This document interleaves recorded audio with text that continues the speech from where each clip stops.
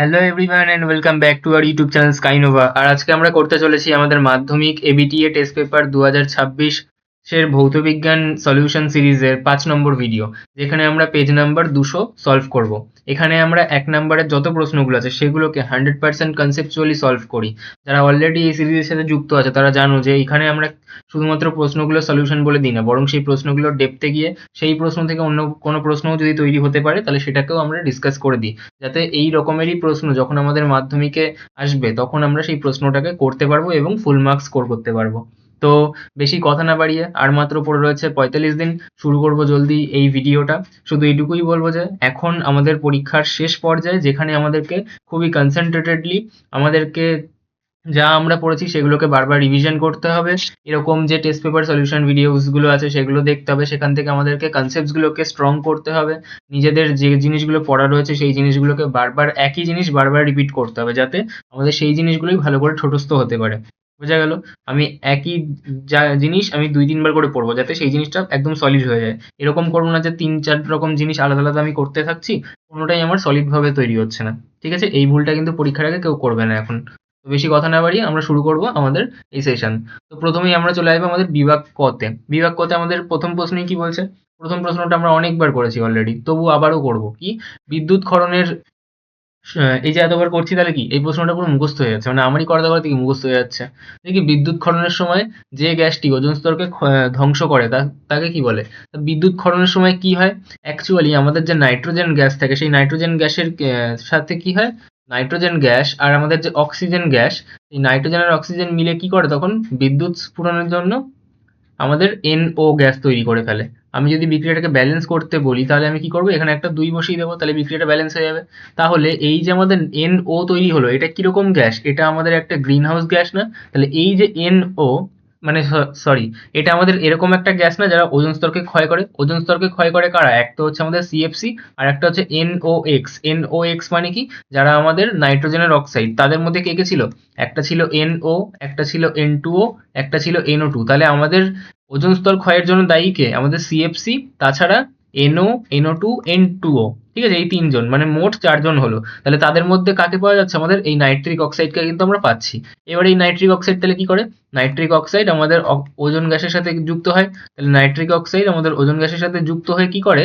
আমাদের NO2 তৈরি করে, প্লাস O2 তৈরি করে ফেলে। তাহলে আমাদের কি হচ্ছে? আমাদের ওজোন যে অণুটা, সেই ওজোন অণুটা কি আমাদের ধ্বংস হয়ে যাচ্ছে। তাহলে এই ওজোন অণু বিশ্লিষ্ট হয়ে আমাদের NO2 এবং O2 তে পরিণত হয়ে যায়। বোঝা গেল? বিক্রিয়া কি ব্যালেন্স করতে হবে? না, এখানে একটা অক্সিজেন, 3টে অক্সিজেন, তাহলে বাদিকে 4টে অক্সিজেন রয়েছে, এদিকে দুটো দুটো 4টে অক্সিজেন, এদিকেও একটা নাইট্রোজেন, এদিকেও একটা নাইট্রোজেন, তাহলে বিক্রিয়া ব্যালেন্স করার কোনো দরকার নেই। তাহলে প্রথম ধাপে কি হয়, আমাদের বিদ্যুৎ স্খলনের প্রভাবে এসে নাইট্রোজেন এবং অক্সিজেন বিক্রিয়া করে NO তৈরি করে, যেটা কি এমন একটা গ্যাস যেটা আমাদের ওজনের ক্ষয়ের জন্য দায়ী। তাহলে সে কি করে পরবর্তীতে গিয়ে আমাদের ওজনের সাথে যুক্ত হয়ে NO2 এবং O2 তৈরি করে। তাহলে আমাদের ক্ষয়টা কে করছে? আমাদের NO করছে ক্ষয়টা। ঠিক আছে? আচ্ছা, প্রশ্ন হচ্ছে, তা নাইট্রোজেন নর্মাল সময় করে না কেন, বিদ্যুৎ খননের সময়ই কেন করতে লাগে? কারণ নাইট্রোজেনের মধ্যে কি থাকে? আমাদের শক্তিশালী ট্রিপল বন্ড। নাইট্রোজেনের স্ট্রাকচার কিরকম? নাইট্রোজেনের ত্রিবন্ধন এবং অক্সিজেনের দ্বিবন্ধন। তাহলে এই যে 3টে বন্ধন, এটা খুব শক্তিশালী হয়, খুব স্টেবল হয়। ঠিক আছে? তাহলে এই স্টেবল বন্ডটাকে ভাঙতে গেলে তখন প্রচুর পরিমাণে তাপ প্রয়োজন, অ্যাক্টিভেশন এনার্জি খুব হাই থাকে এদের। তাহলে কি, এই যে যখন বিদ্যুৎ স্ফুরণটা হচ্ছে তখন সেই আমি বিপুল পরিমাণ তাপ শক্তিটা পাই, তখন সেই অ্যাক্টিভেশন এনার্জির স্টেটটা পৌঁছানো যায়। বোঝা গেল? তাই তখন কি আমাদের বিক্রিয়াটা ফিজিবল হয় এবং বিক্রিয়াটা সংগঠিত হয়। বোঝা গেল? নেক্সট প্রশ্ন আমাদেরকে বলছে, যে প্রশ্নগুলো আমার খুব ফেভারিট, কি যে 12.046 গুণ 10⁻23 সংখ্যক N2 অণুর ভর কত? তাহলে আমাকে এটা কি দিয়েছে? এতগুলো অণু দিয়েছে, তার মানে আমাকে কি দিচ্ছে? তাহলে আমাকে দিচ্ছে অণু সংখ্যা। তাহলে অণু সংখ্যা capital N is equal to, sorry, is equal to আমাকে কত দিয়ে দিচ্ছে? 12.046 গুণ 10⁻23 সংখ্যক। ঠিক আছে? তাহলে এতগুলো দিচ্ছে কি আমাদের অণু সংখ্যা। এবার আমাকে বলছে N2 অণুর ভর কত? তাহলে আমাকে ভর বার করতে বলেছে। ভরকে আমরা কি ধরি? W ধরি, সেটা আমাকে বার করতে বলেছে। কার ভর বার করতে বলেছে? N2 এর। এবার আমি একটা কথা বলেছিলাম যে ভর বা বাষ্প ঘনত্ব এই দুটো জিনিস থাকলেই আমি সঙ্গে সঙ্গে কি করব? আণবিক ভর বার করে নেব। তাহলে আমি N2 এর কি করব? আণবিক ভর বার করে নেব। তাহলে আণবিক ভর, তাকে আমরা M ধরতাম, সেটা তাহলে কি হবে? N2। তার মানে কি, নাইট্রোজেন তো আমাদের 14 হয়। ঠিক আছে? তাহলে কি হবে? 14 গুণ 2, তার মানে আমার কত আসছে? তার মানে আসছে আমাদের 28। তাহলে এটা কি আমাদের আণবিক ভর। বোঝা গেল? এবার আমি কি বলেছিলাম, আমি নেক্সট স্টেপ কি বলেছিলাম আমার পদ্ধতিতে? আমি বলেছিলাম যে এর পরের স্টেপে আমরা কি করব না, আমি যে ফর্মুলাগুলো জানি মোলের, সেই ফর্মুলাগুলো লিখবো। তাহলে আমার ফর্মুলা কি? এন এর একটা ফর্মুলা ভর দেওয়া আছে আমার কাছে, তাই তো? মানে ভর চাইছে বা দেওয়া আছে, তাহলে আমি কি করবো, ভর দিয়ে ফর্মুলাটা লিখবো W/m। এছাড়া আর কি রয়েছে আমাদের এখানে? অনুসংখ্যা রয়েছে, তাহলে অনুসংখ্যা দিয়ে ফর্মুলা কি? N/N এ, আমি সেটাও লিখে নেব। এবার আমি দেখতে পাচ্ছি যে আমার কোন দুটো লাগবে, আমার লাগবে এই দুটো, তাহলে আমি কি এটাকে বক্স করে দেবো। এটাই আমার নিয়ম ছিল। করা তো অনেক রকম ভাবেই যায়, আমার নিয়ম আমি এইভাবে করতে বেশি পছন্দ করি। কি? আমি অনুসংখ্যাটাকে লিখলাম, আমি ভর বের করতে বলেছি সেটা লিখলাম। এবার আমি কি বলেছি যে যদি কখনো প্রশ্নে ভর দেওয়া থাকে বা ভর চাইছে, তাহলে আমি সঙ্গে সঙ্গে আণবিক ভর বার করে নেবো। সেম জিনিসটা বাষ্প ঘনত্বের জন্য, যখনই বাষ্প ঘনত্ব দেখবো যে দেওয়া আছে, তাহলে আমি সঙ্গে সঙ্গে আণবিক ভরটা বার করে নেবো। তাহলে ভর বা বাষ্প ঘনত্ব যদি থাকে প্রশ্নে, তাহলে আমি নিজের থেকেই আণবিক ভরটা বের করে নেবো। ঠিক আছে? আচ্ছা, এবার আমি দেখলাম যে আমার কাছে ভর আছে, তাহলে আমি মোলের ভর দিয়ে ফর্মুলাটা লিখলাম। আবার দেখলাম আমার কাছে অনুসংখ্যা আছে, তাহলে অনুসংখ্যা দিয়ে ফর্মুলাটা লিখলাম। এবার আমি কি করব, শুধু মানটা বসিয়ে দেবো যাদের আমার সংখ্যাগুলো আমি জানি। ডাব্লু তো আমাকে বার করতে বলেছে, ভর আমাকে বার করতে বলেছে, তাহলে ডাব্লু ডাব্লুর মতো থাকবে। এম কত? এম হচ্ছে আমাদের 28, তাহলে এই যে কাজে লাগলো। এবার এন কত? এন হচ্ছে আমাদের 12.046 গুণ 10⁻23, তাই তো? আচ্ছা, এবং এন এ মানে কি? এন এ মানে হচ্ছে আমাদের অ্যাভোগাড্রো সংখ্যা, যেটা আমাদের মনে রাখতে হয়। কত? 6.023 গুণ 10⁻23, ঠিক আছে? 6.022 আর 23 ওরকম লেখা কোনো ফ্যাক্ট করে না এতগুলো পয়েন্টের পরে। ঠিক আছে? এইবার আমি একটা জিনিস খুব চোখ দিয়ে ভালো করে দেখতে পাচ্ছি যে এইটা দিয়ে না এটাকে ঠিক 2 ঘর কাটা যায়। আর 10⁻23 10⁻23 তো কাটা চলেই গেল। তাহলে কত 2 আসছে এখানটায়? 2 আসছে। তাহলে এই যে 2 আর এদিকে 28 পড়ে রয়েছে, তাহলে ডাব্লু কত আসবে? ডাব্লু আসবে 28, তো এদিকে ভাগে আছে, তাহলে ওদিকে গেলে কত হবে? গুণে যাবে। তাহলে কি হবে? 28 গুণ 2, তার মানে তৈরি হচ্ছে কত? 56। 8 দুগুণে 16, তো হ্যাঁ 56। তাহলে 56, আর ভরের একক কি হয়? গ্রাম। তাহলে এটা কি হবে? 56 গ্রাম। তাহলে অপশন কোনটা হবে ঠিক? আমাদের 56 গ্রাম অপশনটা ঠিক উত্তর হবে। ঠিক আছে? তারপরের প্রশ্নে যাওয়া যাক। তারপরের প্রশ্ন আমাকে বলছে যে কার্বন ডাই অক্সাইডের বাষ্প ঘনত্ব বার করতে বলছে। আমি এই যে এক্ষুনি বললাম যে আমাদের যদি প্রশ্নে কখনো বাষ্প ঘনত্ব থাকে, তাহলে আমরা কি করব? তাহলে আমরা সবসময় আণবিক ভর বার করব। তাহলে আমার কাছে চাইছে বাষ্প ঘনত্ব কোশ্চেন মার্ক, তাহলে বাষ্প ঘনত্ব ডি হচ্ছে আমাদের কাছে কোশ্চেন মার্ক। বাষ্প ঘনত্ব দেখলেই আমি কি বার করব? আণবিক ভর। কার জন্য বলছে? কার্বন ডাই অক্সাইডের জন্য। তাহলে আমি কি করব? CO2 এর আণবিক ভর বার করে নেব। তাহলে CO2 এর আণবিক ভরকে আমরা m ধরি, সেটা তাহলে কত হবে? সি। কার্বন মানে কত? কার্বন সবসময় কত হয়? কার্বন হয় আমাদের 14, এবং অক্সিজেন কত হয় আমাদের 16, নাইট্রোজেন কত হয় আমাদের, সরি কার্বন হচ্ছে 12, আমি ভুল করে লিখে ফেলেছি। নাইট্রোজেন আমাদের কত? 14, ঠিক আছে? সোডিয়াম আমাদের কত? 23। এই মানগুলো মুখস্থ করতে হবে। আমি একটা চার্ট দিয়ে দিয়েছি আমার যে ভিডিওতে আমি রাসায়নিক গণনা পড়িয়েছি, 3টে ভিডিও সিরিজ ছিল। ফার্স্ট ভিডিও সিরিজের মধ্যে আমার এগুলো দেওয়া রয়েছে, সেখান থেকে আমি চার্টটা মুখস্থ করে নিলে কি তার মধ্যে থেকে হয়ে যাবে। তাছাড়া সাধারণত প্রশ্নে দিয়ে দেয়, কিন্তু বড় প্রশ্নে সাধারণত বেশি দেয়, ছোট প্রশ্নে কিন্তু নাও দিতে পারে। ঠিক আছে? আচ্ছা, এবার আমাদেরকে কি বলছে যে CO2 এর আণবিক ভর। আণবিক ভর তাহলে কত? কার্বন তো একটা রয়েছে, তাহলে কার্বনের ভর কত? একটা কার্বনের ভর 12, তাহলে এটা কত হলো? 12। কিন্তু অক্সিজেন কটা আছে? O2, তার মানে দুটো অক্সিজেন আছে, আর একটা অক্সিজেনের ভর কত? 16। তাহলে কত করতে হবে? 2 গুণ 16 করতে হবে, তাই তো? তার মানে কত আসছে? এটা 12 যোগ এদিকে কত? 32, তার মানে কত আসছে? 44। তার মানে আমার CO2 এর আণবিক ভর কত বেরিয়ে গেল? আমাদের 44। এবার আমি একটা সম্পর্ক জানি, সেই সম্পর্কটা তাহলে আমি এখন লিখবো। আমি জানি যে আমরা m পেয়ে গেছি। কেন পেলাম? কারণ আমি জানি বাষ্প ঘনত্ব যখন বার করতে বলছে বা বাষ্প ঘনত্ব আমার প্রশ্নে উল্লেখ রয়েছে, তাহলে দাদা বলে দিয়েছিল যে আণবিক ভর আমাদেরকে বার করতে হবে, তাই আমি বার করেছিলাম। এবার বার করার পর আমি দেখছি এম আর ডি রয়েছে, আর আমি জানতাম যে m = 2d হয়, এরকম একটা ফর্মুলাও দাদা বলেছিল। তাহলে আমি সেই ফর্মুলাটা শুধু এবার কি মানটা বসিয়ে দেবো। তাহলে m এর মান কত? m এর মান বেরিয়ে গেছে 44। এদিকে পড়ে রয়েছে কি? 2d। তার মানে আমি একটু ঘুরিয়ে লিখতে পারি যে 2d = 44। তাহলে আমাদের d কত আসবে? d আসবে আমাদের 44/2, তার মানে কত হবে? 22। আমিও জানি যেটা আমি এক লাইনে মুখে মুখে করতে পারতাম, কিন্তু আমাকে তো এমন ভাবে বোঝাতে হবে যাতে সবাই সেই প্রশ্নটা বুঝতে পারে।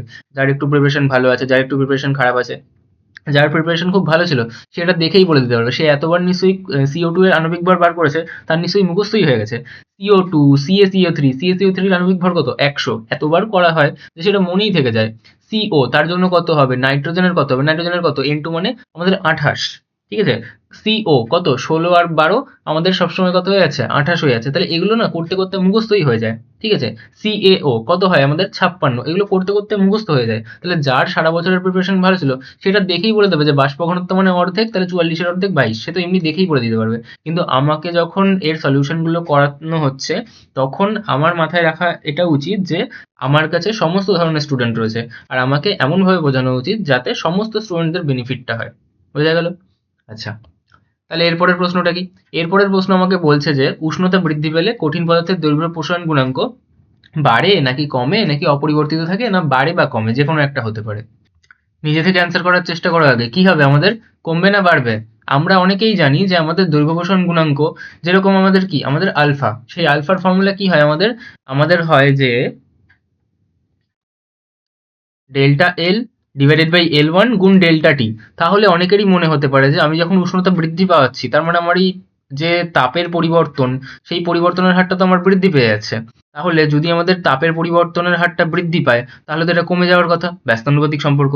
বাট এটা কিন্তু ভুল। তার কারণ কি, যখন আমি তাপমাত্রা বাড়াচ্ছি আমার এই যে মানে দৈর্ঘ্যের যে প্রসারণ সেটাও তো বৃদ্ধি পাচ্ছে। তাহলে যেরকম আমার ভাগের পার্টটা বৃদ্ধি পাচ্ছে আমার তো গুণের পার্টটাও বৃদ্ধি পাচ্ছে। তাহলে তো আমি এখান দিয়ে এরকম রাশিমালা দেখে বলতে পারবো না। আবার এটা ডিপেন্ড করছে যে প্রাথমিক দৈর্ঘ্য কেমন হচ্ছে। ঠিক আছে, যদিও প্রাথমিক দৈর্ঘ্যটা এখানে সেই সেই কনসিডারেশনে আসছে না। তাহলে এখানে উত্তরটা কি হবে, উত্তরটা অ্যাকচুয়ালি কি হবে, আমাদের অপরিবর্তিত থাকে। তার মানে কারণটা কি, যে দৈর্ঘ্য প্রসারণ গুণাঙ্ক এটা কি, এটার একটা নির্দিষ্ট মান পড়েছিলাম না, যেরকম লোহার কিছু মান ছিল, আমরা এরকম বলতাম না যে লোহার দৈর্ঘ্য প্রসারণ গুণাঙ্ক এত বলতে কি বোঝাও, তা ওর একটা নির্দিষ্ট মান বলতাম তো। অর্থাৎ এটা কি লোহার ওপর ডিপেন্ড করে, রূপার ওপর ডিপেন্ড করে, তা আমাদের হীরের ওপর ডিপেন্ড করছে। তার মানে যে এটা এক একটা পদার্থের নিজস্ব বৈশিষ্ট্য, সেই পদার্থটা কতটা আমাদের বৃদ্ধি পায় তাপমাত্রার পরিবর্তনে, তার ভিত্তিতে তার একটা আমরা ধ্রুবক রাশিমালা তৈরি করছি, যে রাশিমালাটা আমাদের কি, দৈর্ঘ্য প্রসারণ গুণাঙ্ক। তাহলে এটা কার উপর ডিপেন্ড করবে, আমাদের উষ্ণতার উপর না, আমাদের কি কোন পদার্থ আছে তার উপর, যে ওটা লোহা না ওটা তামা না কি, না ওটা ইনভার। ঠিক আছে, যেরকম ইনভারের কি দৈর্ঘ্য প্রসারণ প্রায় হয়ই না তাপমাত্রা বাড়ালে। ঠিক আছে, তাহলে ওটা ডিপেন্ড করছে যে পদার্থের ওপর। তাহলে এটার উত্তর কি হবে, আমাদের অপরিবর্তিত থাকে। ঠিক আছে, যতই আমি উষ্ণতা বৃদ্ধি করি না কেন আমাদের দৈর্ঘ্যের যে প্রসারণ গুণাঙ্ক, প্রসারণ বলেনি কিন্তু গুণাঙ্ক বলেছে, তাহলে সেটা তো একটা ধ্রুবক পদ, তাহলে সেটা কি হবে, আমাদের অপরিবর্তিত থাকবে, বাড়বে বা কমবে না কিন্তু। তারপরের প্রশ্ন কি, তারপরের প্রশ্ন হচ্ছে আমাদের দন্ত চিকিৎসায় যে প্রকারের দর্পণ ব্যবহার করা হয়। আমি এই প্রশ্নটার পরিবর্তে সমস্ত ব্যবহারগুলো একবারে দেখিয়ে দেবো, কারণ এই ব্যবহারের থেকে কিন্তু একটা প্রশ্ন আসতে পারে, বা এই ব্যবহারটা কি আমাদের ইম্পর্টেন্ট কিন্তু।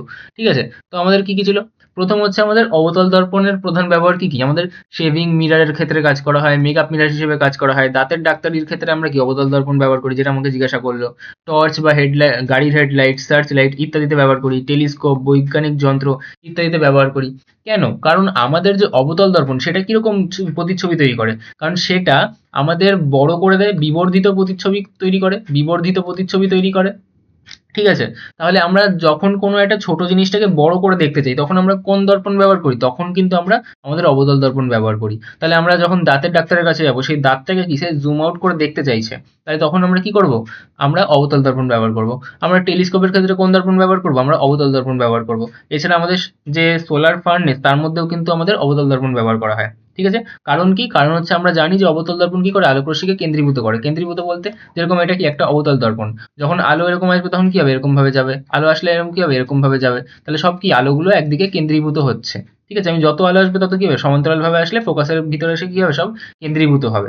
ঠিক আছে, আচ্ছা, এইবার আমি যদি বলি যে আমাদের উত্তল দর্পণের কাজ কি কি, তাহলে উত্তল দর্পণের কাজ কি ছিল, উত্তল দর্পণের কাজ হচ্ছে আমাদের যানবাহনের সাইড মিরার বা রিয়ার ভিউ মিরার যাকে বলা হয় সেক্ষেত্রে ব্যবহার করা হয়। আমাদের শপিং মল বা ব্যাংকের যে নিরাপত্তার জন্য যে আমাদের আয়নাগুলো থাকে তাতে ব্যবহার করা হয়।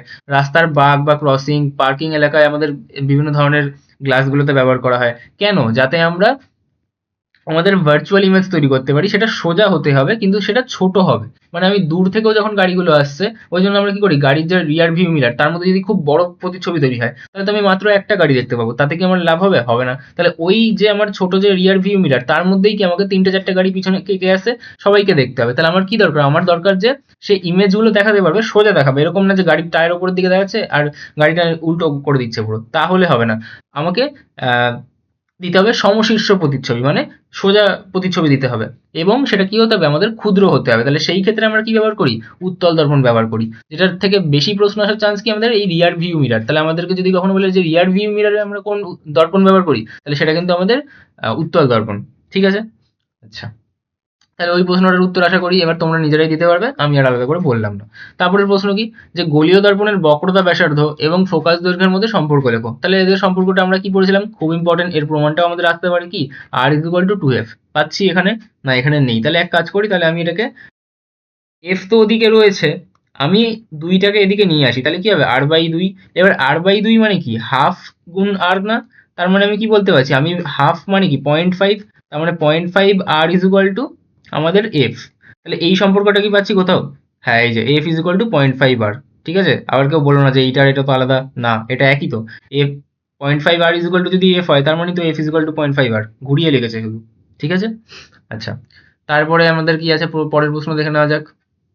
তারপরের প্রশ্ন হচ্ছে, এখানে এটা 4, ঠিক আছে, 4টি রোধ, মানে এটা বাংলায় লেখা হয়ে গেছে কারণ এটা এআই দিয়ে আমি ট্রান্সলেট করি। ঠিক আছে, যে এবিডি এর প্রশ্নগুলো আছে সেগুলোকে এআই দিয়ে আমি কনভার্ট করি ডিজিটাল ফ্রেমওয়ার্কে। তারপর কি বলা হচ্ছে যে 4টি রোধ শ্রেণী সমবায়ে যুক্ত করা আছে, তাহলে তুল্যাঙ্ক রোধের মান কত? শ্রেণী সমবায় বলতে কিরকম হবে, এই একটা, তারপরে এই একটা, তারপরে এই একটা, তারপরে এই একটা, 4টে এরকম রোধ রয়েছে। ঠিক আছে, তার সাথে ব্যাটারি কানেক্টেড করে দেবো অবশ্যই। তাহলে এইবার 4টি রোধ শ্রেণী সমবায়ে যুক্ত আছে, তুল্যাঙ্ক রোধের মান কত হবে? 4টি রোধ এক একটার মান কত সেটাই তো বললো না।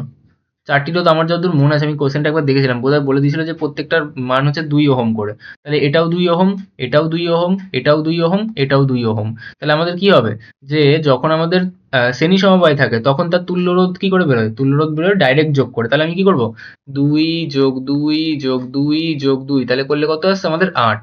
এছাড়া আমরা একটা নিয়ম জানতাম যে যখন মানগুলো সমান থাকে, যেরকম আমাকে এই প্রশ্নটায় বলে দিয়েছে, এখানে লেখা পড়েনি, যে আর কি এই রোধগুলোর প্রত্যেকটার মান 2 ওহম করে, তাহলে মানটা সমান আছে। তাহলে মানটা কি আমরা বলতে পারি যে মানটা হচ্ছে আর, যেটা আমাকে কত দিয়েছে 2 ওহম। আর কতগুলো এরকম সমান সংখ্যক রোধ রয়েছে, সেটা হচ্ছে আমাদের 4টে। তাহলে সেটাকে আমরা এন বলি, যে কতগুলো সমান পরিমাণ রোধ রয়েছে, 4টে আছে। তাহলে তখন আর ইকুইভ্যালেন্ট কি হয় আমাদের শ্রেণী সমবায়ে, এন আর হয়। তার মানে কত হবে, 2 গুণ 4, যেটা আমাদের করলে কত আসলো 8 ওহম। ঠিক আছে, তাহলে তুল্য রোধ কত হবে আমাদের 8 ওহম। এই কোশ্চেনটায় প্রিন্টিং মিস্টেক ছিল, আমার যতদূর মনে আছে এই কোশ্চেনটা এরকমই হবে, যে 4টি 2 ওহম রোধের শ্রেণী সমবায়ের যুক্ত করলে তুল্যাঙ্ক রোধের মান কত হবে। বোঝা গেল? একই জিনিসটা আমাকে যদি বলতো যে 4টে 2 ওহম রোধের আহ, সমান্তরাল সমবায়ে তুল্যাঙ্ক রোধ কত হবে, তাহলে আমার উত্তরটা কি হতো? আমাকে যদি এখন বলতো যে 4টে এরকম সমান্তরাল সমবায় রাখা আছে, তাহলে ছবিটা আমার কেমন হতো তাহলে তখন? তাহলে তখন আমার ছবিটা হতো ঠিক এরকম, যে এই একটা 2 ওহম রোধ, এই একটা 2 ওহম রোধ, এই একটা 2 ওহম রোধ, তার নিচে আর একটা 2 ওহম রোধ। ঠিক আছে, প্রত্যেকটার আমি এরকম জুড়িয়ে দেবো, নিচে ব্যাটারি থাকবে। ঠিক আছে, তাহলে আমি কি বলছি, যে প্রত্যেকটাই 2 ওহম রোধ, মানে এটাও 2 ওহম, এটাও 2 ওহম, এটাও 2 ওহম, এটাও 2 ওহম। তাহলে প্রত্যেকের মানটা সমান তো, তাহলে মান সমান থাকলে আমি কি করব, তাকে আর ধরে নেবো। তাহলে আর কত আমাদের 2 ওহম, এবং কতগুলো এরকম সমান সংখ্যক আছে, সেটা হচ্ছে আমাদের 4টে। তাহলে তখন সমান্তরালের ক্ষেত্রে আমাদের আর ইকুইভ্যালেন্টের ফর্মুলা কি হয়, তার ফর্মুলা হয় আর ভাগ এন। তাহলে আর কত আমাদের 2 ওহম, আর এন মানে কত 4, তাহলে কত আসছে হাফ। তার মানে তখন আমাদের তুল্যাঙ্ক রোধ কত হতো, 0.5 ওহম। তাহলে আমাকে দিয়েছিল শ্রেণী সমবায় প্রশ্নে, আমি একবারে সমান্তরালটাও করে দিলাম। তাহলে এই ফর্মুলাটা আর বাই এন কখন লাগাবো, যখন আমাদের আমাদের রোধগুলোর মান কিন্তু সমান হলে তখনই। এমন না যে আলাদা আলাদা মান দিচ্ছে তখন আমি এরকম এন দিয়ে ভাগ করে দিচ্ছি, তাহলে কিন্তু আবার উল্টো পাল্টা চলে যাবে। ঠিক আছে, তাহলে এটা কিন্তু আমি একবারে দুটোই শিখিয়ে দিলাম, যে যেটা আমাদের এখন এসছে সেটার উত্তর কত হবে, আর পরীক্ষায় যদি সমান্তরাল দিয়ে আসে তাহলেও কত উত্তর হবে। বোঝা গেল? তারপরে প্রশ্ন আমাকে বলছে যে 1 বিওটি একক মানে কত জুল। তা বিওটি কি আমাদের তড়িৎ শক্তির একক, তাই তো? বিওটি মানে কি কিলোওয়াট আওয়ার। তাহলে আমি কি বলবো, যে 1 বিওটি মানে 1 কিলোওয়াট আওয়ার। প্রথমত আমরা এটা মনে রাখার চেষ্টা করবো, বা মনে রাখা উচিত আমাদের। তাহলে কোনটা উত্তর হবে আমাদের, এটা হবে 3.6 গুণ 10⁶। তবুও আমি প্রমাণ করে দিচ্ছি, যারা একটু সারা বছর পড়েছে তারা বুঝতে পারবে খুব ভালো করে। তাহলে 1 মানে 1, কে মানে কি কিলো, কিলো মানে কি 10⁻3, 10⁻3 কেন, 10⁻3 মানে কি একের পরে 3টে শূন্য মানে হাজার। আমরা বলি না 1 কিলোগ্রাম মানে হচ্ছে 1000 গ্রাম, দোকানে গিয়ে আলু ফালু কিনেছো তো কোনো না কোনো দিন, তাহলে 1 কিলো আলু মানে কি 1000 গ্রাম আলু। তাহলে কিলো মানে সবসময় 1000, তার মানে 10⁻3। এবার হচ্ছে আমাদের ওয়াট। তাহলে ওয়াটকে আমরা কি লিখতে পারি, ওয়াটকে আমরা লিখতে পারি জুল পার সেকেন্ড। ঠিক আছে, আর আওয়ার, আওয়ার মানে কি ঘন্টা। তাহলে ঘন্টাকে আমরা কত লিখতে পারি, 1 ঘন্টা মানে কত সেকেন্ড আমাদের 3600 সেকেন্ড। তাহলে এটা কত আসছে 3600 সেকেন্ড। এবার তাহলে এদিকে কত পড়ে রয়েছে, 3600 গুণ 10⁻3 জুল পার সেকেন্ড, আর এদিকে পড়ে রয়েছে আর একটা সেকেন্ড। তাহলে কি হবে, এখান থেকে আমাদের এই সেকেন্ড ইনভার্স আর সেকেন্ড কাটা যাবে। তাহলে পড়ে রয়েছে কি এদিকে আমাদের 3600। তাহলে 3600 থেকে আমি যদি এদিকে, কি আছে এটা, এক সেকেন্ড, আমাদের রয়েছে 3600, ঠিক আছে। আমি যদি এটাকে 1000 দিয়ে ভাগ করি তাহলে এদিকে কত করতে হবে? 1000 দিয়ে গুণ করতে হবে। 1000 দিয়ে যদি আমি ভাগ করি তাহলে 1000 দিয়েই গুণ করতে হবে ব্যালেন্স করার জন্য। তা 1000 দিয়ে গুণ করা মানে কি 10⁻³ দিয়ে গুণ করা, আর এদিকে তো 10⁻³ পড়েই ছিল, আর এদিকে পড়ে রয়েছে কি আমাদের জুল। তাহলে আমি যদি 3600-কে 1000 দিয়ে ভাগ করি তাহলে কত আসছে? তাহলে আসছে 3.6, এবং 10⁻³ গুণ করলে কত হয়? বেস সেম থাকলে পাওয়ার দুটো যোগ হয়ে যায়, তাহলে 3 আর 3 6, তাহলে উত্তরটা কত আসলো? 3.6 গুণ 10⁻6 জুল। তাহলে 1 বিওটি সমান কত? 1 বিওটি সমান 3 গুণ 6 গুণ 10⁻6 আমাদের জুল। বোঝা গেল? তাহলে উত্তরটা হবে আমাদের এটা। এবার আমরা পরীক্ষার হলে এত করতে পারবো নাকি? না। তাহলে আমরা কি মনে রাখবো এটাকে? ঠিক আছে। আচ্ছা, তারপরের প্রশ্ন কি? তারপরের প্রশ্ন হচ্ছে একটি আলফা কণার ভর প্রোটনের ভরের কত গুণ? তা আমি একবারে সবকটা শিখিয়ে দেবো। কি আমাদের আলফা, সরি আমি এর আগে প্রোটনটা বলতে চাইছি। তা আমাদের প্রোটনটা কি? আমাদের প্রোটন হচ্ছে এক এক এক পরমাণু ক্রমাঙ্ক কার হয়? হাইড্রোজেনের, তার প্লাস, তাহলে এটা হচ্ছে আমাদের প্রোটন। এইচ প্লাসকে আমরা প্রোটন বলে চিহ্নিত করি। এবং আমাদের আলফা কণা কি? আলফা মানে হচ্ছে আমাদের 4 2 হিলিয়াম 2 প্লাস।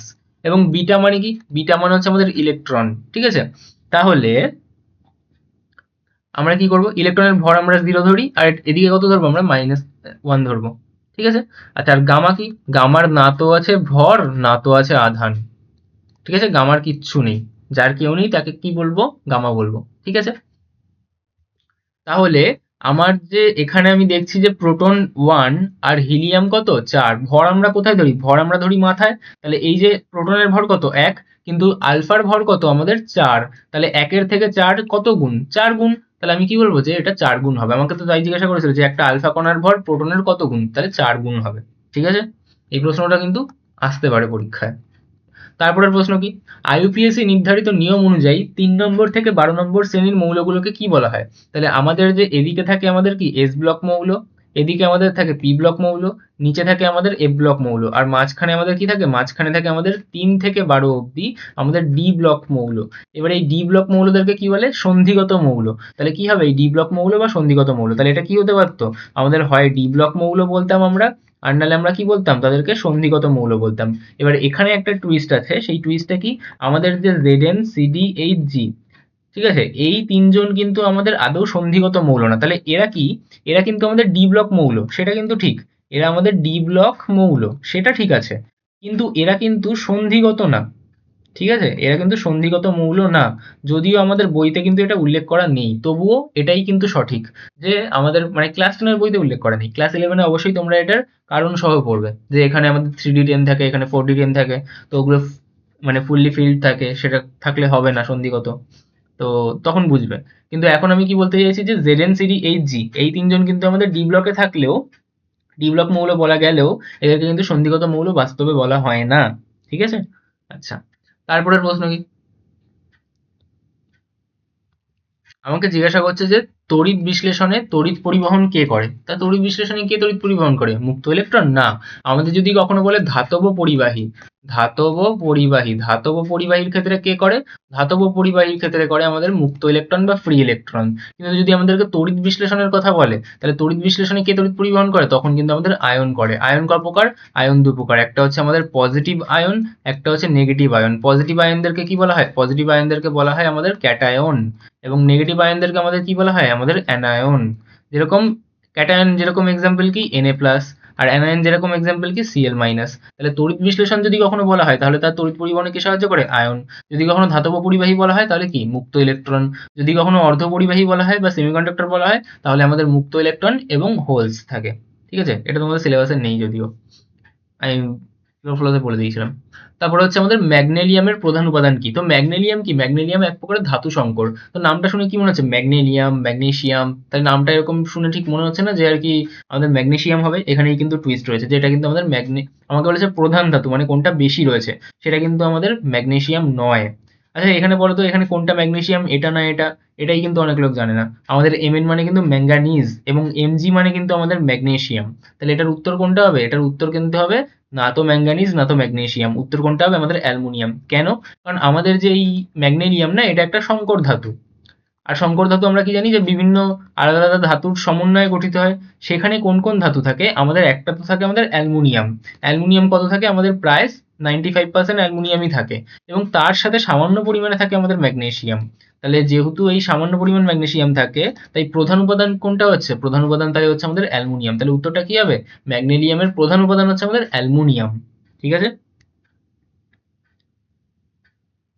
আচ্ছা, তারপর কি? তারপর আমাকে বলা হচ্ছে যে অয়েল অফ ভিট্রিয়ল কি? Oil of vitriol? এটা সবার পারা উচিত। যদি না পারো তার মানে বোঝা যাচ্ছে যে তোমাদের অজৈব রসায়নের পোর্শনটা কিন্তু উইক থেকে আছে, যেটা কিন্তু বেশিরভাগ স্টুডেন্টদের ক্ষেত্রেই থাকে। কারণ ওই মুখস্থর জিনিসগুলো বারবার পড়া হয় না, লিখে লিখে পড়া হয় না, তাই জন্য কি হয় সেটা আর মনে থাকতে চায় না। কোনটা আবার আমাদের H2SO4 হয়। ঠিক আছে? কেন হয়? কারণ এই সালফিউরিক অ্যাসিড যে অয়েল অফ ভিট্রিয়ল, ওটা কিন্তু খুবই আমাদের ঘন হয়, সান্দ্র হয়, মানে চটচটে তেলের মতোই হয়, তাহলে অয়েলিশ টাইপের হয়। এবং ভিট্রিয়ল কথাটা আসে না, অ্যাকচুয়ালি ভিট্রাম বলে একটা ল্যাটিন শব্দ আছে যার অর্থটা কি কাচের মতো। এবং এই যে সালফিউরিক অ্যাসিড সেটা তৈরি হতো কি একসময় সালফেটের একরকম স্ফটিক হয়, ঠিক আছে, যেটা আমাদের green vitriol FeSO4, blue vitriol CuSO4 এই সব থেকে, তাহলে ওখান থেকে শব্দটা আসছে আমাদের ভিট্রিয়ল। এবং অয়েল কোথা থেকে আসলো? কারণ এর নেচারটাই কেমন একটা ওই সান্দ্র আমাদের ভিসকাস তেল জাতীয় পদার্থের মতো, তাই জন্য একে কি বলা হয়? Oil of vitriol. বোঝা গেল? কি আমাদের সালফিউরিক অ্যাসিড। এটা জিজ্ঞাসা করবে না যদি যে অয়েল অফ ভিট্রিয়ল কেন বলা হয়, আমাকে জিজ্ঞাসা করতে হবে যে অয়েল অফ ভিট্রিয়ল কাকে বলে, তাহলে সেটা কি হবে? আমাদের সালফিউরিক অ্যাসিড বা H2SO4। ঠিক আছে? আচ্ছা, তারপরে আমাদেরকে জিজ্ঞাসা করছে কি প্রোপান 1 অল ও প্রোপান 2 অলের মধ্যে যে সমবয়বতা দেখায় তাকে বলে এটা। আমি প্রথম কথা তো বলবো যে সমবয়বতা বা আইসোমেরিজম কাকে বলে, এটা আমাকে বোঝাও তো। সমবয়বতা বা আইসোমেরিজম কাকে বলে সেটা আমাকে বোঝাও। তো আইসোমেরিজমের মানে হচ্ছে যে তাদের হবে হচ্ছে আমাদের ফর্মুলা একই, ফর্মুলা একই হতে হবে। ঠিক আছে? তাদের সংকেত একই হতে হবে, কিন্তু তাদের একটা মানে গাঠনিক ডিফারেন্স থাকবে। গাঠনিক ডিফারেন্স মানে তাদের IUPAC নামও ডিফারেন্ট হবে, যেরকম এখানে তোমরা দেখতেই পাচ্ছ যে নামটাই ডিফারেন্ট, তাহলে IUPAC নামটাও কিন্তু ডিফারেন্ট হবে। ঠিক আছে? এবার অ্যাকচুয়ালি এখানে দু রকমের হয়, একটা হচ্ছে আমাদের স্ট্রাকচারাল আইসোমেরিজম যেখানে আমাদের কি গঠনগত পার্থক্য থাকবে, আর একটা হয় আমাদের স্পেশিয়াল আইসোমেরিজম যার মধ্যে জিওমেট্রিক্যাল, অপটিক্যাল এইসব আইসোমেরিজম থাকে। বাট এত ডিটেলসে আমাদের থাকবে ক্লাস 11-এ আইসোমেরিজম চ্যাপ্টারে। ঠিক আছে? আমরা এখন কি করব যে এটার নাম ভাঙিয়ে দেখব যে এদের মধ্যে কিসের পার্থক্য আছে, সেই পার্থক্যের ভিত্তিতে আমরা তার সমবয়বতা বলবো।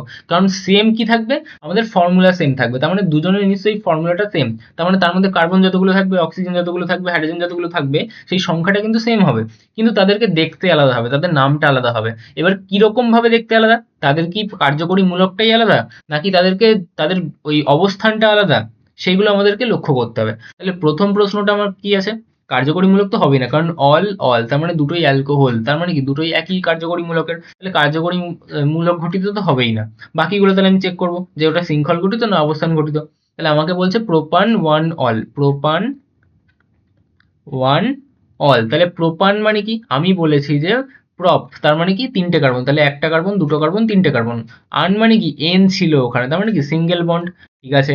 এবার আমি এটাকে নাম্বারিং করে দিই যে 1 নম্বর, 2 নম্বর, 3 নম্বর। আমাকে বলছে 1 অল, তার মানে কি 1 নম্বরে আমাদের ওইচ ঝুলছে। ঠিক আছে? আমি পাশেও লিখতে পারতাম, ওটা কোনো ব্যাপার না। এবার আমার আমার এখানে তাহলে কত হবে? H3 হবে। এখানে দুটো কার্বনের তো চারটে হাত হয়, দুটো হাত পড়ে রয়েছে, তাহলে এদিকে কি হবে? H2 হবে। এবং এই কার্বনের এদিকে একটা হাত আর OH এর সাথে একটা হাত, তাহলে কি আবার এখানে H2 হবে। তাহলে এটা হলো। এবার আমাকে তারপরেরটা কি বলছে? তারপরটা বলছে প্রোপান 2 অল, তাহলে আরেকটা কি বলছে? প্রোপান 2 অল। তাহলে এটার জন্য আমি যদি বার করতে চাই, তাহলে আমি দেখছি যে প্রোপ তার মানে কি তিনটে কার্বন, তারপর এন মানে কি আমাদের এন ছিল নিশ্চয়ই ওখানটা ANE ছিল, এবার পরপর দুটো ভাইল বসতে পারে না বলে ইটা নিশ্চয়ই কাটা গেছে, তাহলে কি হবে? এখানে সিঙ্গেল বন্ড। একইভাবে এবার আমাকে বলছে যে আমি নাম্বারিংটা করে নেবো, তাহলে 1 নম্বর, 2 নম্বর, 3 নম্বর আমার ইচ্ছা মতো। এবার আমাকে বলছে যে 2 তে অল রয়েছে, তার মানে কি 2 নম্বরে ওইচ ঝুলছে, তাহলে কি 2 নম্বরে ওইচ ঝুলছে। হাতটা ব্যালেন্স করে দেবো, এই কার্বনের একটা হাত পড়েছিল, তাহলে কি নিশ্চয়ই চারটে করার জন্য এদিকে তিনটে হাইড্রোজেন থাকবে। এই কার্বনের তিনটে হাত পড়ে রয়েছে, তার মানে কি এদিকে একটা হাইড্রোজেন থাকবে। আর এই কার্বনের একটাই হাত এদিকে রয়েছে, তার মানে কি এদিকে H3 হবে। তাহলে আমি এই দুজনের মধ্যে কি পার্থক্য দেখছি? আমি দেখছি যে এদের তো চেন একই, এটাই হচ্ছে এর চেন, এটাই হচ্ছে এর চেন। চেন মানে কি শৃঙ্খল, তাহলে এটা কি শৃঙ্খল গঠিত আইসোমার হতে পারবে না? কারণ এটাও তিনটে কার্বনের চেন, এটাও তিনটে কার্বনের চেন, তাহলে শৃঙ্খল গঠিত হবে না। পার্থক্যটা কোথায় দাঁড়াচ্ছে? যে আমি এখানে, আচ্ছা এটা 1 অল ছিল, তাহলে 1 নম্বরে লাগাবো। তাহলে আমি 1 নম্বরে ওয়েট ঝুলছে, আর এখানে কি 2 নম্বরে ওয়েট ঝুলছে, তাহলে অবস্থানটা আলাদা। তাহলে এখানে কি পার্থক্য আছে? এখানে পার্থক্য হচ্ছে আমাদের অবস্থান। কার অবস্থান? পার্থক্য হচ্ছে আমাদের OH এর অবস্থান। তাহলে যেহেতু এই OH একটা আমাদের কার্যকরী মূলক, সেই মূলকটা কিন্তু কার্যকরী মূলকটা একই, তার অবস্থানটা আলাদা। তাহলে যেহেতু এই OH এর অবস্থান আলাদা, তাই একে কি বলবো? অবস্থানজনিত সমবায়ব বা অবস্থানজনিত আমাদের আইসোমেরিজম, পজিশনাল আইসোমেরিজম। যেহেতু পজিশন আলাদা, তাই এর নাম কি হবে? Positional isomerism. Positional isomerism. বোঝা গেল? তারপরের প্রশ্ন কি আছে? তারপরে লাস্ট প্রশ্ন আমাদের বিভাগ ক তে কি, কোন হ্যালোজেন মৌলের তড়িৎ ঋণাত্মকতা সর্বাধিক? আমি কি বলেছি যে পর্যায় সারণীতে বাম থেকে ডান দিকে গেলে আমাদের কি হয়? তড়িৎ ঋণাত্মকতা বা ইলেকট্রোনেগেটিভিটি বৃদ্ধি পায়। তাহলে ডান দিকে তো আছে নিষ্ক্রিয় মৌল, নিশ্চয়ই ওদের শব্দে বেশি হবে না। কারণ আমাদের যে নিষ্ক্রিয় মৌল হিলিয়াম, নিয়ন, আর্গন, ক্রিপ্টন, ওরা নিষ্ক্রিয় কেন? কারণ ওরা নতুন করে কোনো বিক্রিয়া করে না, ওরা নিজেরাই সুস্থিত। তাহলে ইলেকট্রন ঋণাত্মকতা মানে কি? যে ইলেকট্রন যখন আমাদের সমযোজী বন্ধন করছে তখন ইলেকট্রন জোড়কে নিজের দিকে টানার ক্ষমতা। তা আমাদের এই হিলিয়াম, নিয়ন, আর্গন, ক্রিপ্টন কি আমাদের সমযোজী বন্ধন করতে যায়? না, ওরা তো বন্ধনই করে না। তাহলে টানার ক্ষমতা আমি বুঝবো কি করে? মানে একজনের সাথে আমি যদি রেস্টুরেন্টে খেতে যাই, তাহলে সে আমার পাত থেকে, মানে একটা পাতে যদি আমরা চাউমিন নিই, সে বেশি খেয়ে ফেলবে কিনা, তার খাওয়ার ক্ষমতা বেশি কিনা, সেইটা তখন বুঝতে পারবো। কেউ যদি আমার সাথে রেস্টুরেন্টে নাই যায় কোনোদিন, তাহলে তার থেকে কি আমি বুঝতে পারবো যে সে আমার থাল থেকে বেশি খেয়ে ফেলবে কিনা? সেই ক্ষমতা কি আমি বুঝতে পারবো? পারবো না।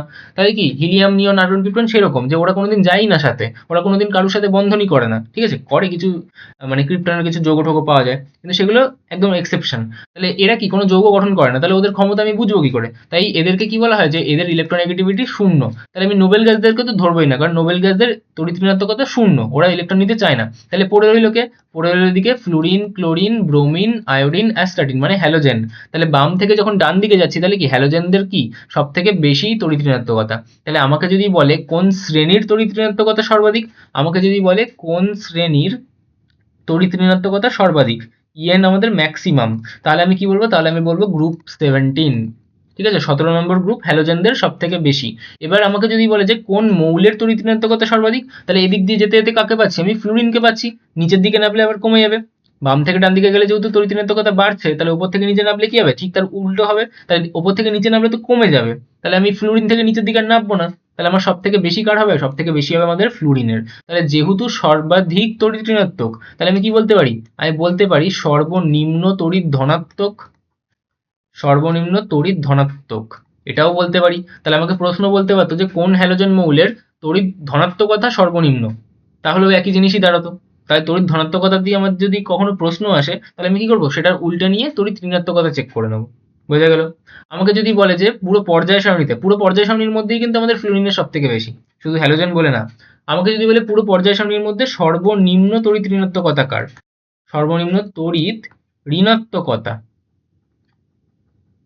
তাহলে সেটা কার হয়? সেটা কিন্তু হয় আমাদের সিজিয়ামের। ঠিক আছে, সিজিয়াম। আর সর্বোচ্চ তড়িৎ ঋণাত্মকতা কার? ফ্লুরিন। ঠিক আছে। আচ্ছা, সর্বনিম্ন তড়িৎ ঋণাত্মকতা তার মানে কি? সর্বোচ্চ তড়িৎ ধনাত্মকতা। তাহলে সেটা দিয়েও প্রশ্ন করতে পারতো। বোঝা গেল? তাহলে আমাদের শেষ হয়ে গেল বিভাগ ক। এবার আমরা কিসে যাবো? বিভাগ খ তে। তাহলে শুরু করা যাক। বিভাগ খ এর প্রথম প্রশ্নই কি আমাদের? এসআই পদ্ধতিতে তাপন মূল্যের একক কি? তো তাপন মূল্যের একক আমরা কি বলেছিলাম? আমাদের জুল পার কেজি। এটা কিন্তু আমাদের এসআই একক। আমাকে এসআই বলে দিয়েছে, তার মানে কি? আমাকে শক্তির একক বসাতে হবে। আর শক্তির নিচে কার একক বসাবো? ভরের একক। তাহলে শক্তির একক আমাদের কি? এসআই তে জুল, আর ভরের একক কি আমাদের? কেজি। তাহলে কি? Joule per KG. তারপরের প্রশ্ন আমাকে বলছে কয়লা ও এলপিজির মধ্যে কোনটি উৎকৃষ্ট জ্বালানি? আমাদের এলপিজি নিশ্চয়ই হবে, কারণ আমি বলেছিলাম উৎকৃষ্ট জ্বালানি মানে কি? কার জ্বালানি মানে তাপন মূল্যটা বেশি, কে ভালো জ্বালানি। ঠিক আছে। তাহলে এর আমি একটা চার্ট করে দিয়েছিলাম, যে চার্টটার মধ্যে আমি বলেছিলাম যে আমাকে এই ক্রমটা মনে রাখতে হবে। সবচেয়ে ভালো জ্বালানি কি? আমাদের হাইড্রোজেন গ্যাস। তারপর হচ্ছে আমাদের এলপিজি, তারপর প্রাকৃতিক গ্যাস, তারপর পেট্রোল, তারপর কেরোসিন। এইখানে এসে আমি পাচ্ছি কি? কয়লা। তাহলে এলপিজি কি কয়লার থেকে অনেক ভালো জ্বালানি। ঠিক আছে। আচ্ছা, তারপর আমাকে জিজ্ঞাসা করছে কি রেডিও তরঙ্গের সাহায্যে যোগাযোগ কোন বায়ুস্তরকে কাজে লাগানো হয়? তাহলে এটা কি? এটা হচ্ছে আমাদের আয়োনোস্ফিয়ার। আয়োনোস্ফিয়ার বানান ইংরেজি কি আমি ভুলে গেছি। ঠিক আছে, বাংলায় লিখছি তাহলে। আয়োনোস্ফিয়ার। আয়োনোস্ফিয়ারটা কোথায় থাকে? অ্যাকচুয়ালি আয়োনোস্ফিয়ারটা থাকে আমাদের থার্মোস্ফিয়ার। তাহলে আমি বলতে পারি যে থার্মোস্ফিয়ারের আয়োনোস্ফিয়ার স্তরে। ঠিক আছে। তাহলে আয়োনোস্ফিয়ার বলবো বা থার্মোস্ফিয়ার বলে দেবো। ঠিক আছে। তারপরের প্রশ্ন কি? তারপরের প্রশ্ন দেখে নেওয়া যাক। তারপরের প্রশ্ন আমাকে বলছে কোন শর্তে বাস্তব গ্যাস আদর্শ গ্যাসের মতো আচরণ করে? এটা কিন্তু খুব কমন প্রশ্ন, যেটা কি? আমাদের নিম্ন চাপ ও উচ্চ উষ্ণতা। নিম্ন চাপ ও উচ্চ উষ্ণতা। তাহলে আমি উত্তরটা কি দেবো, যে নিম্নচাপ ও উচ্চ উষ্ণতায় বাস্তব গ্যাস আদর্শ গ্যাসের মতো আচরণ করে। যখন উচ্চ উষ্ণতা দিই আমরা বা নিম্নচাপ রাখি তখন কি হয়, আমাদের গ্যাসের অণুগুলো দূরে দূরে থাকতে পারে, তাহলে তাদের মধ্যে আকর্ষণ বলগুলো কি একদম নগণ্য হয়ে যায়, যেটাই তো আমাদের পস্টুলেট ছিল আদর্শ গ্যাসের। তাই তখন কি তারা আদর্শ গ্যাসের মতো আচরণ করতে শুরু করে। ঠিক আছে। আচ্ছা, তারপরের প্রশ্ন হচ্ছে আমাদের ডায়নামোতে কোন শক্তি কোন শক্তিতে রূপান্তরিত হয়। এই ধরনের প্রশ্নগুলো কিন্তু খুব কমন প্রশ্ন, যেগুলো কিন্তু আমাদের বারবার আসে আর আমাদের ফাইনাল পরীক্ষাতেও কিন্তু আসতে পারে। তাহলে কি আমাদের যান্ত্রিক শক্তি থেকে কি হয়, আমাদের যান্ত্রিক শক্তি আমাদের তড়িৎ শক্তিতে রূপান্তরিত হয়। তাহলে সেটাই লিখবো, যে যান্ত্রিক শক্তি তড়িৎ শক্তিতে রূপান্তরিত হয়। পরীক্ষায় যখন আমরা লিখবো তখন এরকম তীরচিহ্ন দিয়ে লিখবো না, তখন কি বলবো, যে ডায়নামোতে যান্ত্রিক শক্তি তড়িৎ শক্তিতে রূপান্তরিত হয়। বোঝা গেল। তারপরে আমাকে বলছে যে ফিউজ তারের উপাদান কি। তো ফিউজ তারের উপাদান কি আমাদের, এক তো হচ্ছে আমাদের পিবি মানে কি আমাদের সীসা, আর তার সাথে কি থাকে আমাদের টিন বা এসএন। এসএন কেন, কারণ স্ট্যানাম, টিনের ল্যাটিন নাম কি স্ট্যানাম, ঠিক আছে, তাই কি এসএন। তাহলে এটা কি, এটা হচ্ছে আমাদের লেড বা সীসা, আর এটা কি আমাদের টিন বা স্ট্যানাম। তারপরের প্রশ্ন আমাদেরকে বলছে চার্লস সূত্রের ভিটি লেখচিত্রের প্রকৃতি কিরকম। এটা কিন্তু খুব ইম্পর্টেন্ট প্রশ্ন, কারণ এর দুটো ভ্যারিয়েশন হয়। একটা হচ্ছে ভিটি, এবার যখন আমি বড় হাতের টি লিখছি না, তার মানে ওটা কি টেম্পারেচার ইন কেলভিন, তাহলে এটা কি কেলভিনে। আর যখন আমি ছোট টি লিখি তার মানে ওটা ডিগ্রি সেলসিয়াসে। তাহলে দুটোর গ্রাফ কিন্তু আলাদা ছিল। যদি আমাকে বলে যে আমাকে ভি ভার্সেস টি ডিগ্রি সেলসিয়াসের গ্রাফ লিখতে, তাহলে তখন আমাদের কি করতে হয়, তখন আমাদের আয়তন কখন শূন্য হয়, আয়তন শূন্য হয় -273 ডিগ্রি সেলসিয়াসে। তাহলে আয়তনটা কখন শূন্য পাবো, -273-এ। তাহলে গ্রাফটা তখন কিন্তু এরকম ভাবে হয়। ঠিক আছে। কিন্তু আমাকে যদি বলে যে আমার গ্রাফটা চাইছে কি ভি টি এর মধ্যে, তাহলে এখানে ভি আর এখানে বড় হাতের টি লেখা মানে কি কেলভিনে চাইছে। তাহলে কেলভিনের যদি গ্রাফটা বলি তাহলে কিন্তু সেটা হয় মূল বিন্দুগামী সরলরেখা। তাহলে এই গ্রাফটা কি হবে, ঠিক মাঝ বরাবর যাবে, মানে এই অ্যাঙ্গেলটা কত হবে 45 ডিগ্রি। আর এটাকে কি বলবো, এই এটার লেখচিত্রের প্রকৃতিকে আমরা কি বলি, মূল বিন্দুগামী সরলরেখা। ঠিক আছে। আচ্ছা, তারপরের প্রশ্ন কি, তারপরের প্রশ্ন আমাদেরকে বলছে যে বিপদ সংকেত হিসেবে আমরা লাল বর্ণের আলো কেন ব্যবহার করি। লাল বর্ণের আলো, তাহলে আমাকে উত্তরটা কিভাবে দিতে হবে, আমাকে উত্তর দিতে হবে যে কারণ লাল বর্ণের যে তরঙ্গ দৈর্ঘ্যকে আমরা কি ধরি ল্যামডা, সেইটা কি খুব বেশি হয়, সর্বাধিক হয় আমাদের বেনিয়া সহ কলার মধ্যে। তাহলে আমি কি বলবো, যে লাল বর্ণের তরঙ্গদৈর্ঘ্য সব থেকে বেশি। তাই কি হয়, যখন কুয়াশা বা ধোঁয়াশা ইত্যাদি হয় তখন কি হয়, যার তরঙ্গদৈর্ঘ্য বেশি হয় তার বিক্ষেপণ কম হয়, তাহলে কি সে বিক্ষেপিত হয়ে যাবে না। তখন কি করবো, আমরা দূর থেকেও সেই লাল আলোটাকে দেখতে পারবো। বোঝা গেল। আচ্ছা, তাহলে এরকম ভাবেই কিন্তু উত্তরটা লিখতে হবে গুছিয়ে, যে লাল আলোর যে তরঙ্গদৈর্ঘ্য সেটা যেহেতু সব থেকে বেশি, তাই কুয়াশা বা ধোঁয়াশা হলেও তার বিক্ষেপণ সব থেকে কম হবে। ফলে দূর থেকে মানুষজন লাল আলো স্পষ্ট দেখতে পাবে, তাই এটাকে বিপদ সংকেত হিসেবে বা কোনো দরকারি জিনিসের সংকেত হিসেবে কাজে লাগানো হয়। বোঝা গেল। তারপরের প্রশ্ন যেটা যেটা অথবাতে আছে, সেটা আমার খুব পছন্দের, কারণ এটা একটা কনসেপচুয়াল প্রশ্ন। যে জিনিসটা নিয়ে আগের দিনও একটা প্রশ্নে বলছিলাম যে এই প্রশ্নটা অনেকে ভুল করে, যে লাল ফুলকে কেন লাল দেখায়। তা নীল আলোতে লাল ফুলকে কি বর্ণের দেখায়, তার উত্তর হবে কালো। এবার এই কালোটা কেন সেটা আমাদেরকে ভালো করে বুঝতে হবে। তার জন্য আমরা আগে এটা বুঝতে হবে যে লাল ফুলকে লাল কেন দেখায়, লাল ফুলকে নীল কেন মনে হয় না, লাল ফুলকে সবুজ কেন মনে হয় না, সেটা আমাকে আগে বুঝতে হবে। কারণটা হচ্ছে আমাদের ফুল কি এক রকমের অস্বচ্ছ বস্তু, যে কোনো অস্বচ্ছ বস্তুর রং কেন পাওয়া যায়, কারণ যখন আমাদের কোনো যৌগিক বর্ণ বা সাদা বর্ণের আলো পড়ছে, সাদা বর্ণের আলো মানে যে কোনো আমাদের মিশ্র বর্ণ, যেরকম সূর্যের আলো, ঠিক আছে, বা নর্মাল যে আলোগুলো আসছে, ঠিক আছে, যেটা কোনো নির্দিষ্ট বর্ণের আলো না, যেটা মিশ্রিত আলো। তো সেই মিশ্রিত আলোর মধ্যে কি থাকে, সেই মিশ্রিত আলোর মধ্যে থাকে আমাদের ভিপ গেয়ার। কে থাকে আমাদের ভিপ গেয়ার। ভিপ গেয়ার মানে কি বেনিয়া সহকলা, মানে বেগুনি নীল, ঠিক আছে, বেনি, আকাশি, সবুজ, হলুদ, কমলা, লাল। তাহলে এই যে আমাদের কালার গুলো 1 2 3 4 5 6 7, 7 রকমের কালার, এই 7 রকমের কালার মিশে কি একটা সাদা রং বা একটা যৌগিক বর্ণ তৈরি হয়। ওই যৌগিক বর্ণটা কোনো বস্তুর ওপর, কোনো অস্বচ্ছ বস্তুর ওপর যখন এসে পড়ে, সেই বস্তুটা নির্দিষ্ট কোনো একটি বর্ণের আলোকে প্রতিফলিত করে আর বাদ বাকি আলোগুলোকে শোষণ করে নেয়। মানে বেনিয়া সহকলার মধ্যে একটা লাল ফুল লাল আলোটাকে প্রতিফলিত করে, যেটা আমাদের চোখে এসে পড়ে, তাই আমরা লাল দেখতে পাচ্ছি। আর বাদ বাকি যে বেনি, সহ, ক, এগুলো সব কি সে শোষণ করে নেয়। ঠিক আছে, তাই লালটা শুধু যেহেতু প্রতিফলিত করছে, তাই আমরা দেখতে পাচ্ছি কি লাল বর্ণের ফুল। এইবার ওই লাল বর্ণের ফুল তো লাল বর্ণটাকেই প্রতিফলিত করতে পারে, কারণ তার জন্য উপযুক্ত তরঙ্গদৈর্ঘ্য ওটাই। এবার আমরা যদি নীল বর্ণের আলো পাঠাই, মানে নীল আলো পাঠাচ্ছি, নীল আলো কি একটা যৌগিক বর্ণ বা একটা মিশ্র বর্ণ যার মধ্যে বেনিয়া সহকালে আছে? না, নীল আলো মানে কি তার মধ্যে শুধু নীল রয়েছে। তাহলে নীল আলোর মধ্যে লাল কোথায়? লাল তো নেই। তাহলে নীল আলোর থেকে লাল নিয়ে লাল প্রতিফলিত করবে কি করে? পারবে না করতে। তাহলে কি হবে? কোনো আলোই প্রতিফলন করতে পারলো না, শোষণ করে নিল। তাহলে কিছু না থাকলে কি হবে? আমাদের কালো আলো দেখাবে, মানে কালো বর্ণের দেখাবে। তাই কি নীল আলোতে যখন লাল ফুলকে দেখানো, মানে লাল ফুল দেখতে যাব, তখন সেটাকে কালো দেখাবে।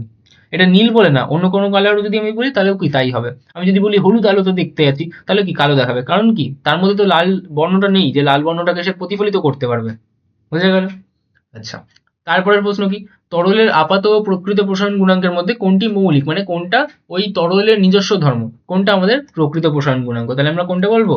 গামা আর বা প্রকৃত প্রসারণ গুণাঙ্ক, রিয়েল যেটা ছিল। তারপরের প্রশ্ন কি?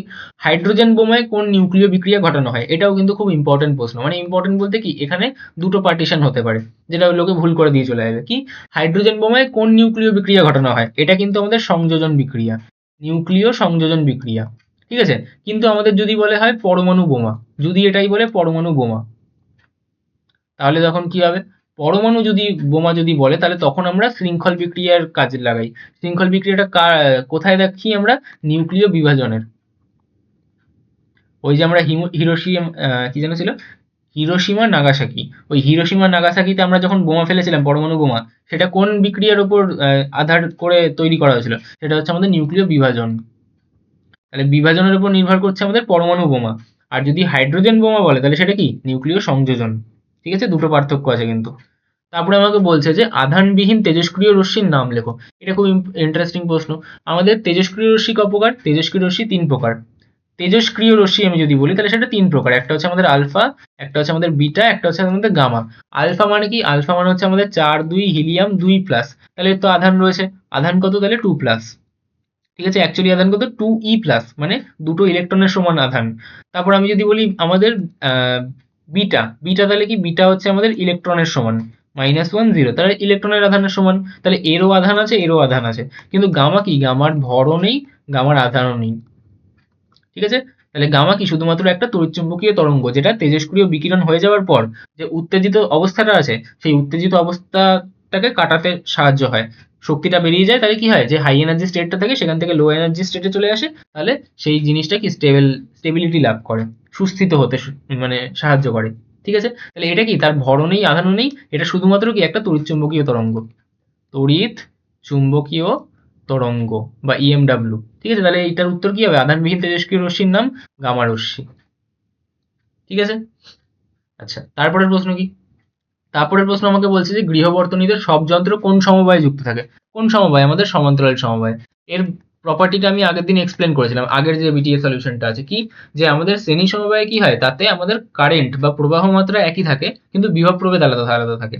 কিন্তু সমান্তরালের বৈশিষ্ট্য কি ছিল? যে ওখানে আমাদের প্রবাহ মাত্রাটা আলাদা আলাদা থাকে, কিন্তু তাদের কি? বিভব প্রভেদটা সেম থাকে।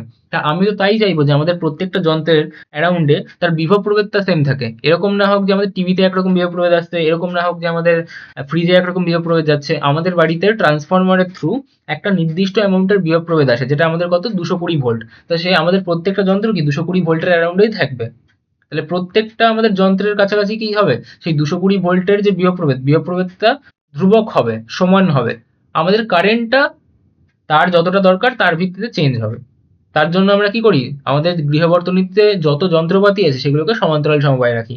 কিন্তু আমাদেরকে যদি বলে ফিউজ তার, তাহলে ফিউজ তার যদি বলে, আমাদেরকে যদি বলে গৃহবর্তনীতে ফিউজ তার কিসে রাখি, তাহলে ফিউজ তার কোথায় রাখবো?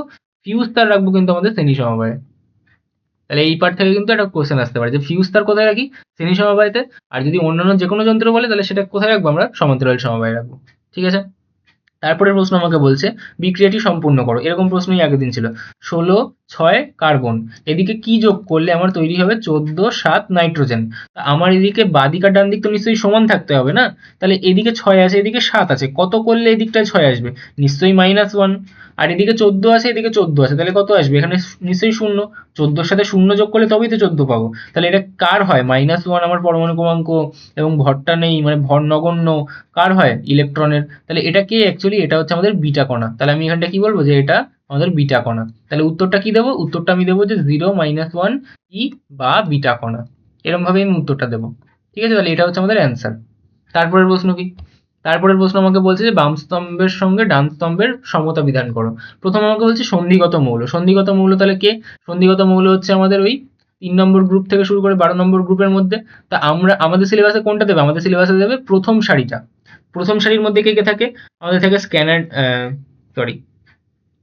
এসসি হবে, scandium, titanium, vanadium, chromium, manganese, iron, cobalt, nickel, copper, zinc. ঠিক আছে, এগুলো কি আমাদের প্রথম সারির মৌল।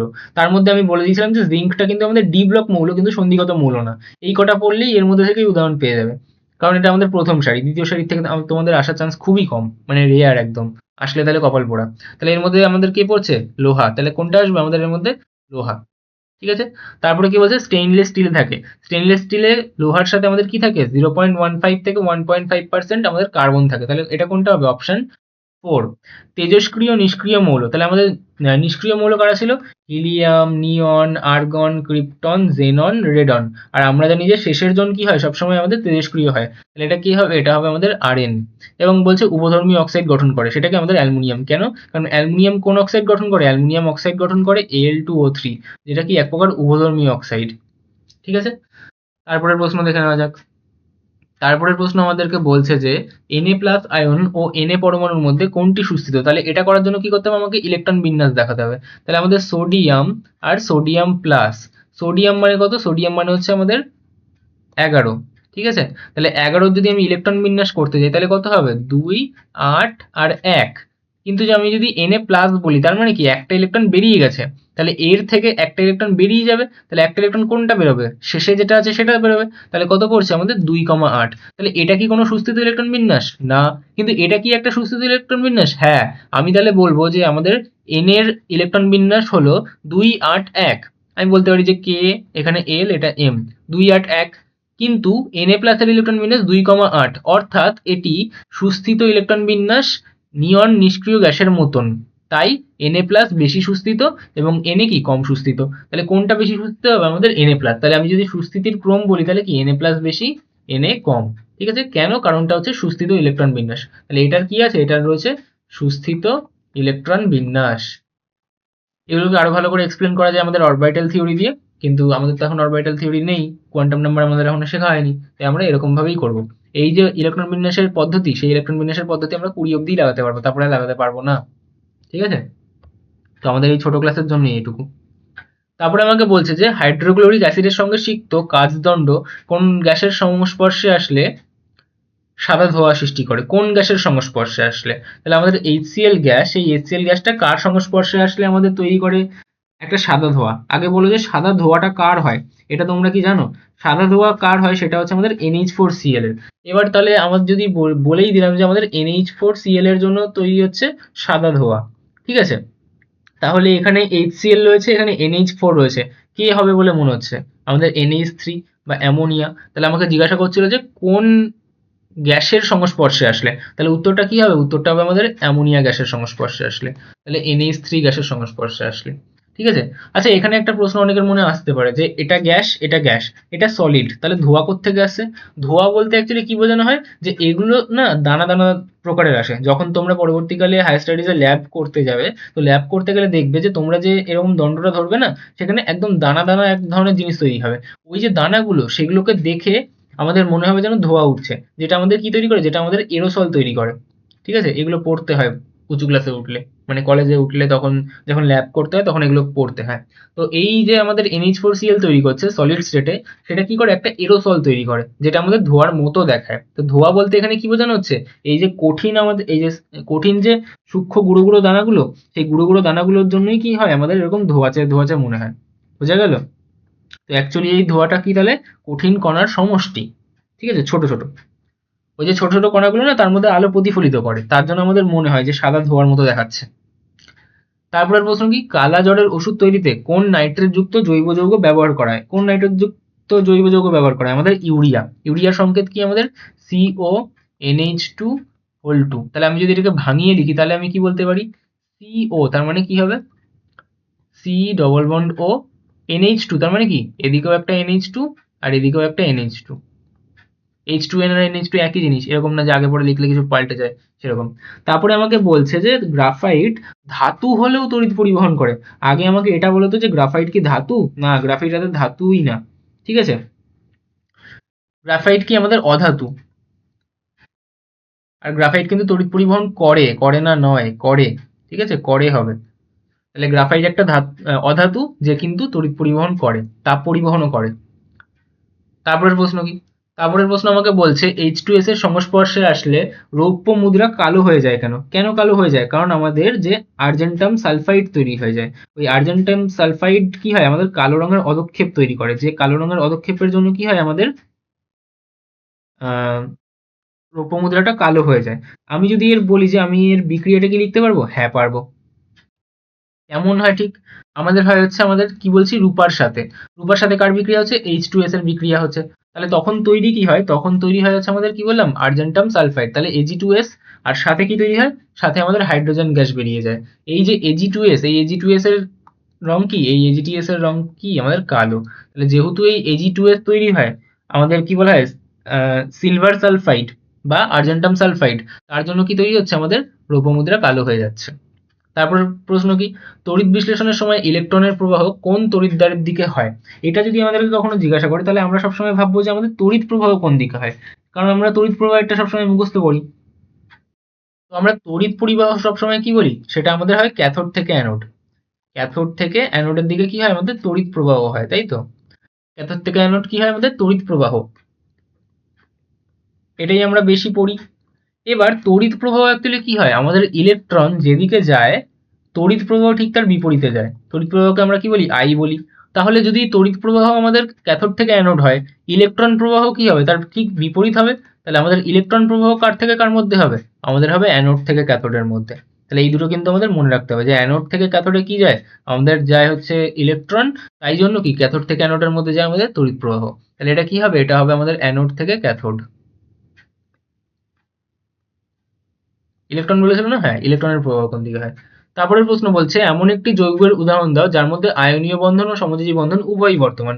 যেরকম কি হয়, আমাদের আগেও আমরা ডিসকাস করেছি NH4Cl, CaCO3, এগুলো। কেন? আবার ভাঙিয়ে দেখাচ্ছি। আমরা যদি NH4Cl এর কথা বলি, তাহলে NH4Cl মানে কি? NH প্লাস আর Cl মাইনাস। তাহলে এই যে প্লাসে মাইনাস, এই প্লাসে মাইনাসের মধ্যে কি বন্ধন? আমাদের আয়নীয় বন্ধন। কিন্তু এই যে এখানে NH4 প্লাস, তার মানে কি? নাইট্রোজেনের সাথে 4টে হাইড্রোজেন বিক্রিয়া করছে, সরি বন্ধন করছে। এই বন্ধনগুলো কি বন্ধন? এগুলো তো আবার আমাদের সমযোজী বন্ধন। তাহলে এর মধ্যে কি আছে? আয়নীয় ক্যারেক্টারও আছে, সমযোজী ক্যারেক্টারও রয়েছে। সেম যদি আমি বলি CaCO3, এটা, তাহলে কি হয়? ক্যালসিয়াম ভাঙে আমাদের Ca+2, আর CO3 -2 তে ভাঙে। তাহলে এই যে +2 -2 এদের মধ্যে কি হচ্ছে? আমাদের আয়নীয় বন্ধন ঘটছে। এবং এই যে CO3 -2 সেটা কেমন হয়? সেটা ঠিক এরকম হয়। তাহলে এই বন্ধনগুলো আবার কি বন্ধন? এগুলো আবার আমাদের সমযোজী বন্ধন। তাহলে এই যে সমযোজী বন্ধন এবং আয়নীয় বন্ধন দুটো মিলে তাহলে কি হচ্ছে? দুটো প্রপার্টি কি আমাদের CaCO3 এর মধ্যে রয়েছে। তাহলে আমাদের কি করতে পারে উদাহরণ? NH4Cl বা CaCO3। তারপরের প্রশ্ন কি? তারপরের প্রশ্ন আমাদেরকে বলছে যে মিথেনে কার্বন হাইড্রোজেন বন্ধনের দৈর্ঘ্য কত? এগুলো কিন্তু আমাদেরকে মনে রাখতে হবে। কি আমাদের, সরি আমি 109° 28 মিনিট লিখে দিচ্ছিলাম। যদি বলি তো বন্ধন কোণ, তাহলে তার উত্তর কত হতো? কোণ হচ্ছে আমাদের 109° 28 মিনিট। ঠিক আছে, এটা কি? এটা হচ্ছে আমাদের বন্ধন কোণ। কার? মিথেনের জন্য। আর যদি আমাকে বন্ধন দৈর্ঘ্য বলতে বলে, তাহলে আমি কি করবো? এইটাই লিখে দেবো। তাহলে কত লিখবো? 109 লিখবো, এখানে একটা পয়েন্ট দিয়ে দেবো। তত কি অ্যামস্ট্রং। তাহলে কত লিখবো আমি? 1.09 অ্যামস্ট্রং। বোঝা গেল? এটা কিন্তু আমাদের মনে রাখা খুব ইজি, কারণ আমার কি একই। তারপরের প্রশ্ন কি আমাদের? বাতাসে মিথেনের অসম্পূর্ণ দহনে কি ঘটে? তা বাতাসে মিথেনের অসম্পূর্ণ দহনের জন্য কি ঘটে?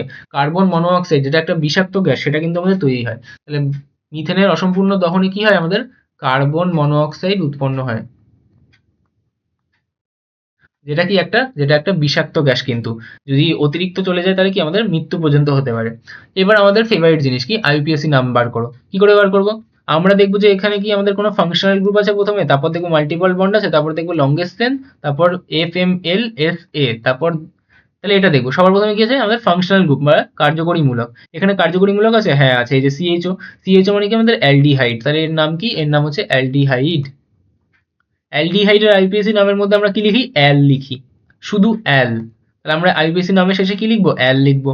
তাহলে আমি এবার মার্কিংটা করবো, তাহলে কত করবো, আমাদের ফাংশনাল গ্রুপ থেকে মার্কিং করা চালু করবো। তাহলে কার্বনের মাথায় 1, কার্বনের মাথায় 2, কার্বনের মাথায় 3, শুধু কিন্তু কার্বনের মাথায় নাম্বারিং হয়। তাহলে 3টে কার্বনের নাম কি লিখি আমরা, কেউ ঝুলে আছে নেই, তাহলে আমি শুধু নাম্বারিং থেকে নাম্বারিং মানে নামটা করবো। তাহলে 3টে কার্বনে কি হয়, প্রপ, সিঙ্গেল বন্ড তো তাহলে কি হবে, এন। তারপর 1 নম্বরে কে আছে, 1 নম্বরে আছে আমাদের সিএইচও, সিএইচও মানে কি আমাদের অ্যালডিহাইড, তার মানে কি আসবে আমাদের অ্যাল।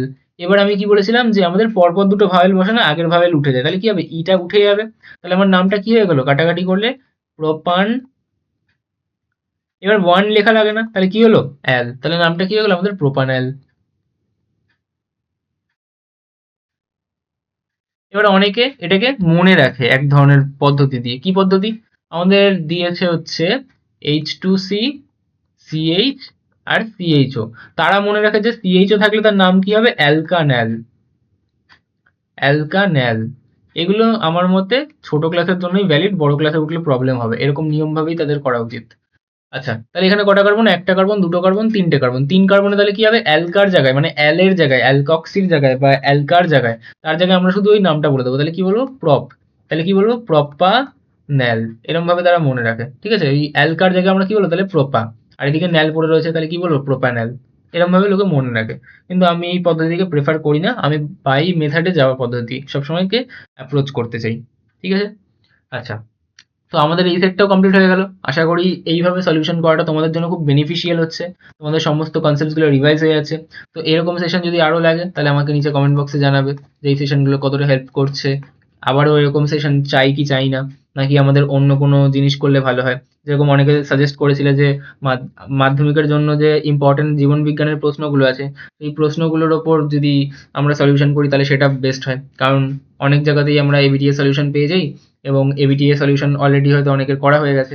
তো আমি তাই জন্য আমাদের জীবন বিজ্ঞানের সাজেস্টিভ প্রশ্নের একটা টেস্ট সিরিজ লঞ্চ করেছি, যে টেস্টগুলো আমি আমার ব্যাচের স্টুডেন্টসদেরকে নিই। তো সেই প্রশ্নগুলোই আমি তোমাদেরকে পিডিএফ এর ফরম্যাটে দিচ্ছি, তোমরা নিজেরা অ্যাটেম্প্ট করতে পারবে, প্লাস আমি কিন্তু তার ভিডিও সলিউশন করেও দিচ্ছি।